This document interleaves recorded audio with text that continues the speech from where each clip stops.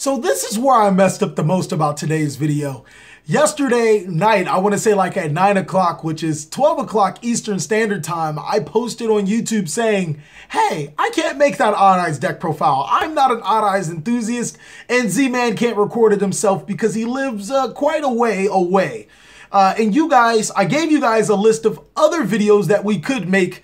And lo and behold, instead of the binder update, which I don't know why I thought you guys would make, it's a reason why we moved it to Instagram, you guys picked a meta-analysis. So for the morning of and the night of, I ran around with my head cut off trying to figure out how to make a meta-analysis video. It was really interesting, but I think I have a way that will get you guys not only the best meta-analysis video that you've ever seen in your life, but some really good information for your upcoming event. I don't expect this video in particular to get a lot of views, but what I would appreciate is a lot of likes to let you guys know, or to let me know that you guys want to see more videos like this.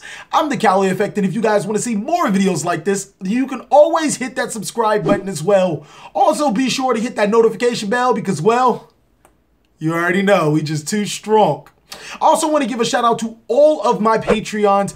Without you guys, this video would not be happening. Instead of actually using my other camera, I decided to use my phone. So let me know how this phone quality goes off. I think it's pretty good, and I'm still using the mic that you guys helped me get. So there it is right there. It's pretty awesome. I also want to give a shout out to my newest Patreon, Chance the Rapper. You are nothing less of amazing. And I have a couple of other shout outs I want to do. My boy Cyber Dragon from the Discord, as well as Simic Duelist. They actually helped me build the charts and gave me a couple of sites that I could use for this charts. Those two sites being YugiOhScope.com and Metachart.com. Those links will be down below in the description. Without further ado, let's talk about this meta-analysis. It's going to be really exciting. All right, guys, I love pie charts. I like pie charts so much. I just had a pie before I made this pie chart. Nah, my tongue's actually red from hot Cheetos. But let's look at this pie chart, and it's pretty interesting on the meta. I think that you guys will be able to take some really good information for where you go to your next level event and realize that Trickstar Sky Striker does have a lot. And when I mean a lot, it's by far the most played deck in this format, both Trickstar Sky Striker and Pure Sky Striker, and they do have a decent amount of wins to back that up. We'll talk about that a little later. Another thing I actually wanted to point out is that if you guys are just playing just pure Trickstar, you're probably better off picking another one of these decks on this list, because while pure Trickstar is a good deck, Sky Striker Trickstar is just infinitely better. The way that they complement each other, the ability to activate spell cards in your Trickstar deck and all of them be important, as well as gain you advantage, especially when you start going into your Sky Striker engine through Engage, is just really good. And that's the reason why Trickstar Sky Striker is just so represented inside of the format. Now, people might want to say that this is a tier 0 format, but looking at that play count is just, man, a lot of people are playing this deck and are having success. I wouldn't say that it's a tier 0 deck just yet because of how the other statistics pan out. A quick fun fact is that Dino actually got 11th. So if you guys want to see an awesome Dino deck profile, I have a shout out Dino deck profile. Click on that annotation. It'll take you right to that video. Now that you guys are done watching that video and came back to this video, or just put the video down below and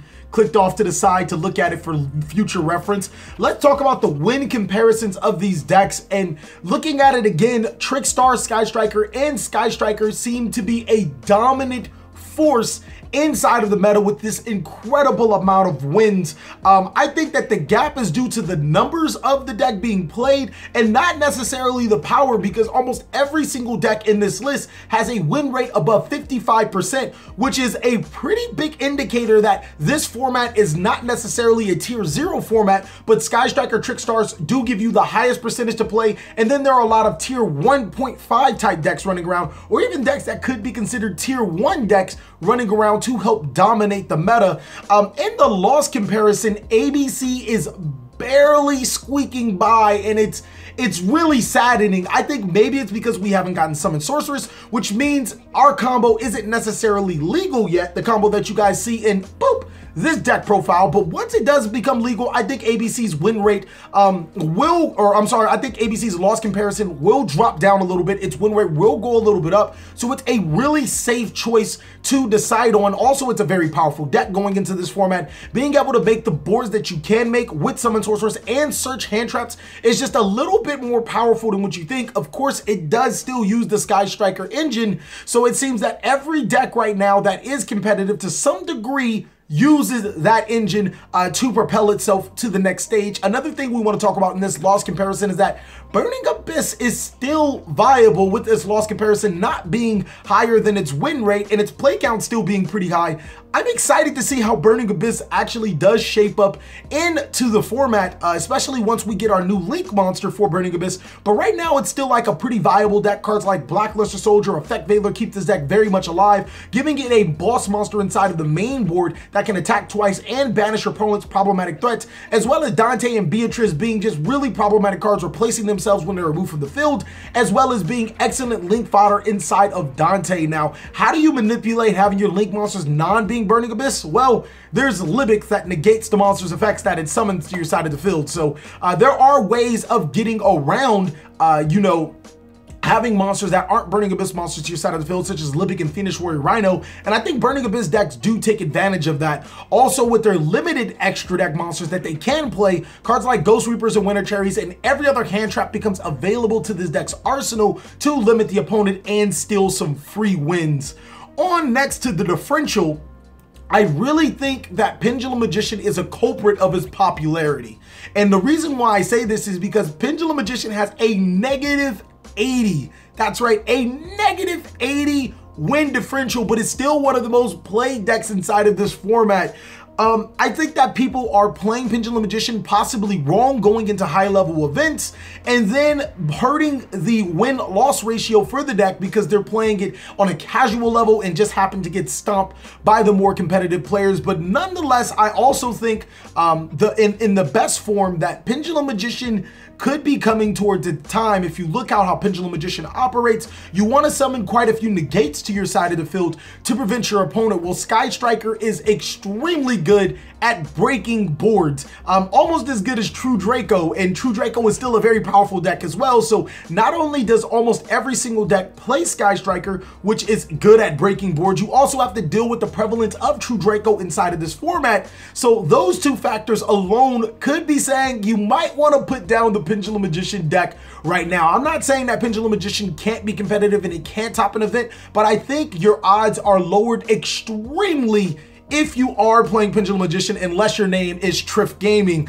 The next thing we want to talk about is the win percentage comparison, and this is where I really want to delve into because I feel that Goki is just really underrated. Like, Goki went from being the best deck of the format to a deck that really hasn't seen a lot of play, but the percentage on this deck is insane. It's only 3% behind Trickstar Sky Striker, which we know is the clear-cut best deck of the format, but this deck is like, hey, don't forget about me. It has access to cards like Imperial Order. It can extra link the opponent fairly well, and even in the first event where Trickstar Sky Striker first came to prevalence, this deck still had a pretty decent number of tops. I think a couple of adjustments to the Goki strategy need to be made, especially playing the new Sky Striker cards, as well as being able to play cards like Imperial Order when you need it, could help hinder the Sky Striker strategy. And another deck that we actually can't talk about is Spiral, a deck that is thought of to be dead until the Nightmare Monsters came out, and the Nightmare Monsters really help with Spiral terribly well. It's the ability to pitch cards from your hand to the graveyard could have not been better for this deck because you can get rid of cards like Spiral Mission and abuse those cards to summon more Spiral monsters to your side of the field and continue to make some pretty big link boards. Now, could this deck benefit from the Sky Striker engine?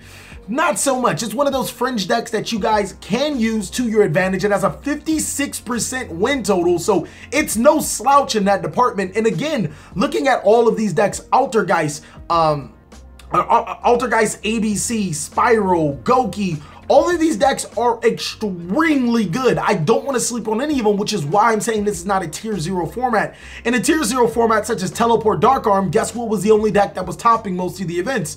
Teleport Dark Arm, and it was a clear indicator that Teleport Dark Arm was the best deck because the other decks just couldn't compete with Teleport Darkrai. In this format, we have so many other decks that are just going neck and neck with the top decks, having really good win percentages, and can still be a viable deck of the format. The last thing that we're going to talk about is that win-loss ratio. Now, all of these statistics are pretty much comparative to each other, but they all do tell a different story. As expected, the format is really a Trickstar, Goki / Altergeist format. Yes, I said Altergeist. Altergeist is one of those decks that are really good, being able to use cards like Imperial Order, a freak ton of traps to disrupt the opponent, as well as disrupt your opponent's monster presence is just really good. You can say Trickstar not only can fight against Altergeist can not only fight against Trickstar Brandish, but it's also a good anti-meta decks for the other anti-meta decks available. I want to say that this is a format comprised of those 3 decks, with Sky Strikers being a very prevalent engine, and almost every deck that isn't, well, of course, Altergeist. I also want to say that ABC and Burning Abyss can compete in this format, and there are just so many other options in this deck or in this format that could be used. We can see, if you go further on down the list on YugiOhScope.com, Mermels, Invoked, Infernoid, Six Samurais. There are so many other decks with not so great win percentages, but pretty decent decks that look like they're in the top play decks and that can still compete. Now, with that being said, let's prepare you guys for the top cards of this format. The top cards are pretty much the same as always. Ash Blossom and Joyous Spring being one of the most played cards into the Yu-Gi-Oh format. I think you guys should really prepare for the Ash Blossom. Called by the Grave is definitely one of those excellent counters, and that's why it's another top card into this format, because it's a great counter to hand traps, it's a great counter to the Goki, it's a great counter to almost anything that's graveyard reliant, and it's such a really powerful card. But the biggest thing I want to talk about, not only is Engaging Gagari some of the most played cards, it's almost obvious, like, it's a Trickstar, or I'm sorry, it's in Sky Striker engine, so you play the engine cards.